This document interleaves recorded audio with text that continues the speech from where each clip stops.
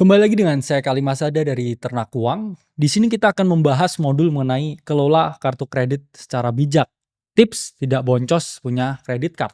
Nah, sebelum video ini dimulai, video ini hanyalah edukasi mengenai keuangan supaya teman-teman bisa melakukan personal finance yang jauh lebih baik dan juga jauh lebih bijak. Sebelumnya udah saya jelaskan apa itu utang produktif, apa itu utang konsumtif, di mana saya sangat melarang utang konsumtif dan saya juga menyarankan untuk tidak mengambil yang namanya utang produktif. Sekalipun teman-teman harus mengambil, itu harus maksimal 30% dari dana cash yang teman-teman miliki. Nah, kadangkala orang pakai kartu kredit itu untuk satu ya menjaga hubungannya atau relasinya dengan bank. Dua ya dia pengen punya ya kredit score atau riwayat kredit yang cukup bagus. Dan tiga teman-teman, jadi jangan salahkan ya, oh kok pakai kartu kredit. Saya pun juga pakai kartu kredit. Kenapa? Karena banyak sekali subscription di luar negeri itu yang nggak bisa teman-teman bayar pakai rekening, pakai ShopeePay atau pakai GoPay. Jadi saya harus punya kartu kredit. Misalkan saya mau belanja di Amazon, saya mau belanja di marketplace luar, atau saya misalkan pengen beli subscription ya, atau misalkan ini saya harus subs ya untuk dapetin data-data on-chain dan lain sebagainya, saya harus pakai kartu kredit. Jadi ada kegunaannya, nggak selalu negatif, tapi di sini akan kita jelasin kalau teman-teman pakai ini gimana sih caranya supaya saya ini bisa stay in control. Saya ini nggak keluar batas pakainya. Credit card itu merupakan suatu alat pembayaran non tunai yang dikasih dari bank. Teman-teman bisa request ya pengajuan kartu kredit di berbagai bank yang teman-teman miliki, beserta juga limit yang dimiliki. Jadi limit itu sesuai dengan kapasitas dari masing-masing individunya ya. Semakin kamu orang yang berkapasitas, net worth kamu tinggi, itu kamu akan memiliki akses kredit card yang juga jauh lebih tinggi. Cara kerja ya di kartu kredit, ya ini adalah misalkan kamu melakukan payment ke suatu merchant. Di sini ya dari pihak bank, oke, ini dia akan membayar ya merchantnya. Ya ini dia kasih informasi dari merchant ke banknya dan akhirnya banknya ini menagih ke kamu untuk kamu membayar. Nah, terus akhirnya kamu membayar nih di sini. Jadi prosesnya memang sesimpel ini. Mengapa bank di sini menawarkan kartu kredit? Ya jawabannya dia ingin meningkatkan transaksi lebih banyak. Karena apa?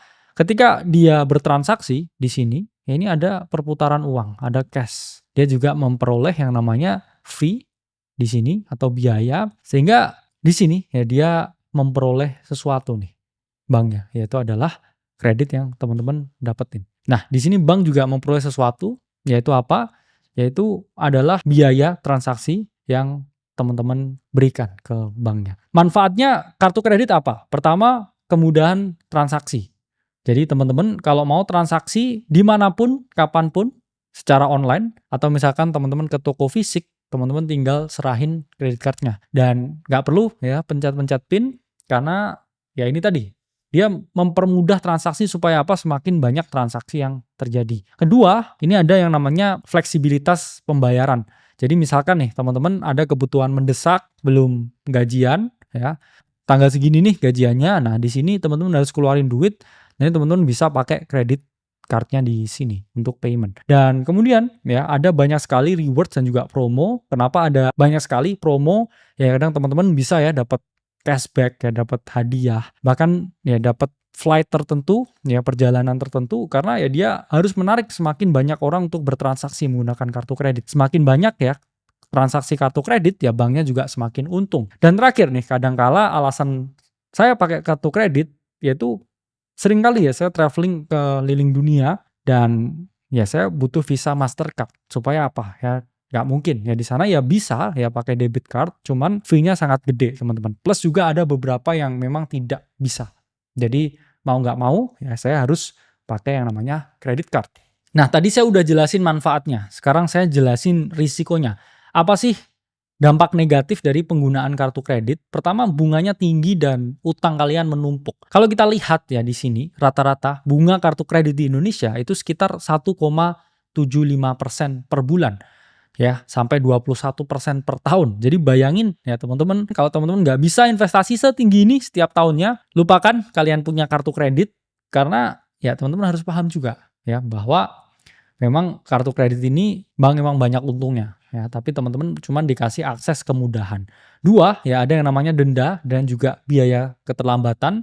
Ya biasanya 1-3% dari total tagihan. Bayangin kalau udah tinggi bunganya, terus teman-teman numpuk ya, kena denda, kena biaya lain-lain, wah teman-teman bisa kemakan ya di sini bunganya. Plus di sini potensi boros dan juga overspending karena apa? Teman-teman dikasih fasilitas untuk membeli sesuatu yang mungkin nggak teman-teman mampu pada saat itu. Sehingga teman-teman punya bias, punya kecenderungan, wah aku bisa beli ini, bisa beli ini, bisa beli ini. Padahal sebenarnya uangmu aslinya di rekeningmu itu nggak sebanyak itu. Dan terakhir ya risiko penyalahgunaan dan juga penipuan, makanya sangat hati-hati dengan informasi kartu kreditmu ya. Jangan kamu foto-foto terus kamu pamerin di sosmed karena nomor kartu kredit ya, kemudian CVV atau 3 angka ya di belakang kartu kredit, ini kalau orang tahu ya dalam transaksi jumlah yang kecil, ini bisa dimanfaatkan. Atau orang bisa langsung menggunakan kartu kreditmu dalam transaksi jumlah kecil tanpa ada konfirmasi ke kamu.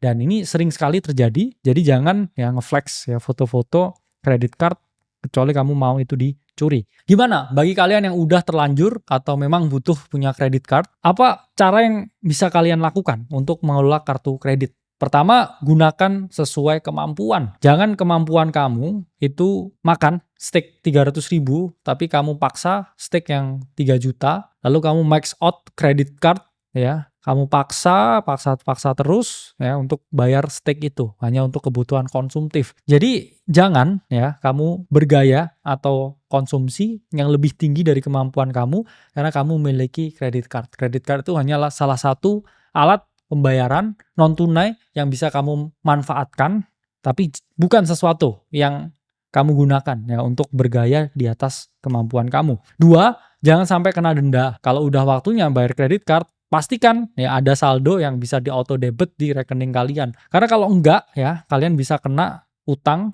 kartu kredit dan juga dendanya ini juga tinggi. Jadi jangan sampai ya teman-teman ini pakai kartu kredit, bikin kartu terus lari, kamu kan dicari. Makanya kalau nggak sesuai dengan kemampuan masing-masing, ya jangan punya kartu kredit. Kemudian cek juga mana kredit card yang memiliki bunga ya, yang saya ngomong relatif lebih rendah ya dibandingkan dengan platform-platform yang masih baru. Ya, itu biasanya dia bunganya tinggi ya, cuman dia kasih cashback, promo dan sebagainya. Teman-teman harus manfaatkan apakah promo itu memang beneran kamu pakai. Kalau enggak yang mending cari yang bunganya rendah. Dan ini juga yang penting, jangan sampai melebihi batas kredit ya. Kamu jangan max out kredit card kamu ya sampai lebih dari limit karena ya itu tadi menunjukkan ya bahwa kamu memang tidak capable ya untuk melakukan payment. Dan kemudian ya manfaatkan promo secara cerdas karena banyak sekali nih ya biasanya cashback di restoran ketika menggunakan kartu kredit tertentu. Kamu misalkan mau payment nih, kalau kamu cek misalkan ada promo tertentu atau enggak kalau pakai tertentu. Itu harus kamu manfaatkan. Kenapa? Karena kalau enggak sama aja kamu enggak ada fungsinya ya punya kartu kredit tersebut. Karena biasanya ini istri saya nih yang suka. Kalau saya mesti enggak saya lihat ya saya langsung payment biasanya pakai QRIS dan lain sebagainya. Kemudian teman-teman juga ya cek tagihan dan juga transaksi rutin di kartu kredit. Takutnya tadi ada yang menyalahgunakan kredit card teman-teman dan teman-teman nggak tahu, tiba-tiba udah setiap bulan ada transaksi yang menunggak banyak sekali, yaitu jangan sampai terjadi. Nah kemudian teman-teman jaga kerahasiaan data kartu ya, yang paling penting ya CVV-nya yaitu adalah 3 digit di belakang kartunya. Jangan sampai kamu flexingin ke sosial media atau kamu tunjukin ke temanmu. Itu adalah suatu tindakan yang sangat berisiko tinggi untuk bisa disalahgunakan. Jadi teman-teman harus sangat hati-hati. Sampai berjumpa di modul selanjutnya.